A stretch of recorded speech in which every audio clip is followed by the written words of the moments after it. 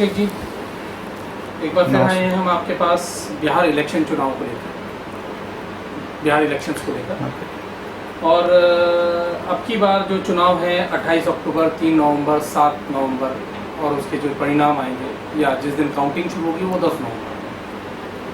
तो आपको क्या लगता है, एक तरफ महागठबंधन है, दूसरी तरफ एनडीए। महागठबंधन में हम जैसे कह सकते हैं आरजेडी होगी, कांग्रेस होगी, सीपीआईएम होगी और तरह तरह की जो पार्टियां हैं वो महागठबंधन है। और एनडीए जो है जेडीयू, बीजेपी, जतिन राम मांझी की अलग अलग। अभी जैसे पता चला कि पासवान जी की जो पार्टी है लोक जनशक्ति पार्टी वो अलग हुई है, वो सभी उस पर चुनाव लड़ेगी। तो आपको अभी ये सारे जो समीकरण हैं वो आपके हिसाब से कैसे बैठने वाले हैं? देखो जी, ऐसा है, ये बिहार का जो इलेक्शन है ये प्रॉपर वे में जो है ना किसी को पूर्ण बहुमत नहीं मिलने वाली है। और इस गवर्नमेंट को जो भी एनडीए हो चाहे महागठबंधन हो, पूर्ण गवर्नमेंट में सरकार नहीं बनाने वाले हैं। ये खिचड़ी सरकार बनेगी। ये थोड़े थोड़े अपने सीट जोड़ तोड़ की राजनीति करेंगे, जोड़ तोड़ के राजनीति के हिसाब से इनकी सरकार बनेगी यहाँ पे। और जोड़ तोड़ की राजनीति कैसे होगी? आप एक बात बताइए, आरजेडी बीजेपी जो है घूर विरोधी हैं आपस के। आरजेडी किसी भी हालत में जेडीयू के साथ नहीं जाएगा, जेडीयू आरजेडी के साथ नहीं जाएगा। बीजेपी एक तरफ को है, कांग्रेस के साथ बीजेपी भी जाएगी या आरजेडी के साथ नहीं जाएगी। तो क्या सिस्टम बनेगा? मतलब आरजेडी के साथ कांग्रेस तो जाएगी लेकिन और दूसरों के साथ नहीं मेल बनता, तो कैसे बनेगा? देखिए, राजनीतिक में कोई किसी का दुश्मन नहीं होता। राजनीतिक में कोई किसी का दुश्मन नहीं होता, सब एक दूसरे के मित्र होते हैं। और सत्ता के लोभ के लिए जो अपना विचारधारा होता है वो बदल दिए जाते हैं। क्या महाराष्ट्र में ऐसा नहीं हुआ? महाराष्ट्र में भी तो हुआ, गोवा में भी हुआ, गोवा में भी हुआ। लेकिन महाराष्ट्र में तो सबसे बड़ी बात है जो शिवसेना कभी भी राष्ट्रीय कांग्रेस जो पार्टी थी एनसीपी उसके साथ नहीं जाने की बात थी, कांग्रेस के साथ नहीं जाती। बीजेपी की काफ़ी पुरानी वो थी, हिंदू विचारधारा की पार्टी थी, 25-30 साल पुरानी अलायंस था, लेकिन गई ना। तो अपने सत्ता के लिए कोई कहीं भी जा सकता है, इनका कोई आपस में बैर नहीं होता और राजनीतिक में कोई किसी का दुश्मन नहीं होता। अच्छा, अब मैं एक ऐसा प्रश्न पूछ रहा हूँ जो शायद आप बहुत अच्छी तरह उससे वाकिफ भी होंगे। जैसे गुड गवर्नेंस, मतलब गवर्नेंस की बात कर रहे हैं। 15 इयर्स बनाम आरजेडी और 15 इयर्स बनाम एनडीए यानी जेडीयू भाजपा। इसमें आपको गवर्नेंस किसकी बेहतर लगी? देखिए, वो जो आप कहें कि जंगल राज था लालू जी वाले में टाइम में, वो हम मानते हैं इस बात को, लेकिन वो दौर टेक्नोलॉजी दौर नहीं था। आज टेक्नोलॉजी दौर है, आजकल चुनाव जो है टेक्नोलॉजी बेस्ड भी हो गया है। तो इसको आप किस तरीके से डिफरेंस मानते हैं और दोनों का आप कंपैरिजन कैसे करते हैं कि उस टाइम में और आज के टाइम में? देखो जी, टेक्नोलॉजी के टाइम में जो चुनाव हो रहे हैं, चाहे बैलेट पेपर से चुनाव हो रहे थे, वोट तो जनता ही देती थी, जनता ही जाती थी वोट देने और सरकार भी जनता ही चुनती है। तो 5 साल 15 साल प्लस 15 साल जब लालू प्रसाद जी की जो सरकार थी उसमें अपराध काफ़ी थे, फिरौती, डकैती, रॉबरी, लोग 6 बजे से घर से नहीं निकलते थे, मतलब हर एक चीज़ पे क्राइम चरम सीमा पे था। और नीतीश सरकार की अगर बात करें, विकास तो उस गवर्नमेंट में भी नहीं हुई थी।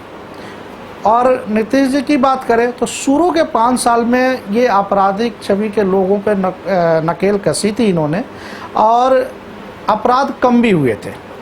लेकिन अब जो है अपराध की सीमा बढ़ गई है और विकास तो इन्होंने भी कुछ नहीं किया। 15 साल बनाम 15 साल 0/0 हैं ये। वहाँ की जनता त्राहिमाम है और त्रस्त है विकास को लेके। तो अब आप, जैसे मैंने सुना था किसी से कि आप भी कुछ विकल्प के बारे में सोच रहे हैं अगले चुनाव में, 2025 के चुनाव में। तो आप क्या सोच रहे हैं उसके? पूरा एक आपने कोई खाका बना, ब्लूप्रिंट बना रखा हो या कोई डोजियर इस तरीके का तैयार करो, दिमाग में कुछ हो कि किस तरीके से हम उसको? देखो जी, वहाँ 15 साल और 15 साल 30 साल हो गए, एक दशक निकल गई वहाँ की जनता को विकल्प खोजते खोजते 3 दशक निकल गए वहाँ के जनता को विकल्प खोजते हुए। और इनकी विकल्प जो है जनता आज भी तलाश रही है जो इन दोनों के अलावा कोई अच्छा विकल्प मिले।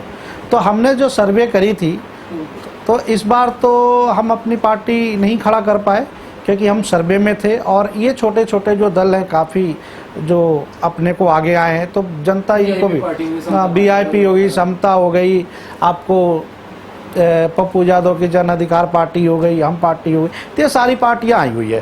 तो ये थोड़े थोड़े अपना किस्मत आजमा लें और ये किस्मत आजमा के देख लेते हैं क्योंकि ये भी विकल्प के रूप में खड़े नहीं उतरेंगे क्योंकि ये सत्ता के लोभी हैं। सत्ता जहाँ जाएगी वहाँ ये अपने आप को विचारधारा का तो ये इनका कोई समझौता है नहीं, विचारधारा तो कहीं भी जाए बस सत्ता मिलनी चाहिए, सत्ता के लोभी हैं वहाँ चले जाएंगे ये लोग। तो बिहार की जनता विकल्प खोजी, तो विकल्प के रूप में हमने 5 साल अपने बिहार में काम करेंगे, 5 साल अपना संगठन बनाएंगे और अभी भी मेरा संगठन है वहाँ पे, लेकिन 5 साल में हम संगठन बनाएंगे, इनकी विफलता बताएंगे, हम क्या काम कर सकते हैं वो लोगों को बताएंगे।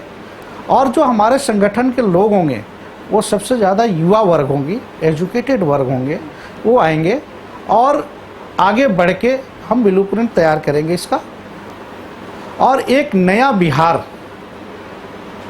युवा बिहार, नया बिहार बनाएंगे और बिहार पूरे सीटों पे इलेक्शन लड़ेंगे और एक विकल्प के रूप में हम आएंगे और वहाँ की जनता हमें चुनेगी 5 साल बाद और इनकी जितनी विफलता है और जितने भी काम करने की शैली वो सारी जनताओं के सामने रखेंगे और तब हम अपनी पार्टी का आगाज़ करेंगे। कुछ नाम सोचा पार्टी का आपने?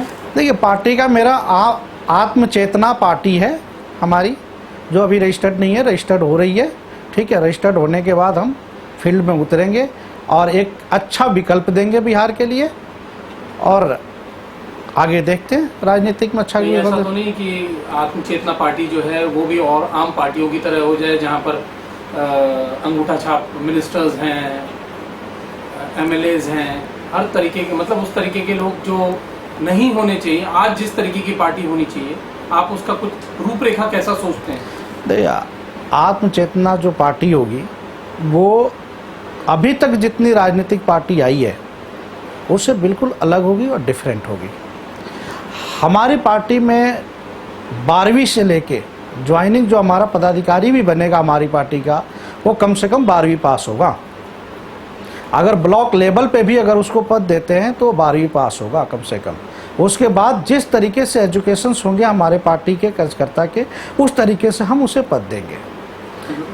कहने का मतलब यह है कि पोर्टफोलियो उसी तरीके से उसी तरीके से अलॉट होगी और उसी तरीके से जब वो पढ़ा लिखा युवा होगा, पढ़े लिखे तरीके से वो सारे लॉ, रूल, रेगुलेशन, काम करने के तौर तरीके, किस ऑफिस में जाके कैसे काम कराना है, ब्लॉक लेवल में किसानों का कैसे काम कराना है, आम जनता का कैसे काम होना है, अगर वो पढ़ा लिखा है तो एप्लीकेशन भी लिखेगा, वहाँ क्वेश्चन भी पूछेगा और काम भी कराएगा। और जो अनपढ़ लोग हैं, जो पढ़े लिखे नहीं हैं, जो हमारे पूर्वज हैं जो पढ़े लिखे, उनका वो सहयोग करेगा। पढ़ा लिखा होगा तभी तो सहयोग करेगा, वो तो पढ़े लिखे नहीं है। टेक्नोलॉजी का युग है, फॉर्म भरने पे ऑनलाइन फॉर्म भरी जा रही है और अंगूठा छाप मिनिस्टर हो, अंगूठा छाप ब्लॉक लेवल का उनका पदाधिकारी हो, अदर्स पार्टी के जो लोग हैं वो क्या करेंगे? कुछ काम नहीं करेंगे, उनसे फॉर्म नहीं भरे जाएंगे। तो हमारे पार्टी में जितने भी एजुकेटेड लोग होंगे जो बारी, वो सारे हमारे पार्टी में वेलकम है और सबको कुछ ना कुछ काम दिए जाएंगे, उनको रोजगार दिया जाएगा और फिर पार्टी के साथ काम कराया जाएगा और हमारी पार्टी आगे बढ़ेगी। ठीक है अभिषेक जी, धन्यवाद आपका इतनी जानकारी देने के लिए। नमस्कार। नमस्कार।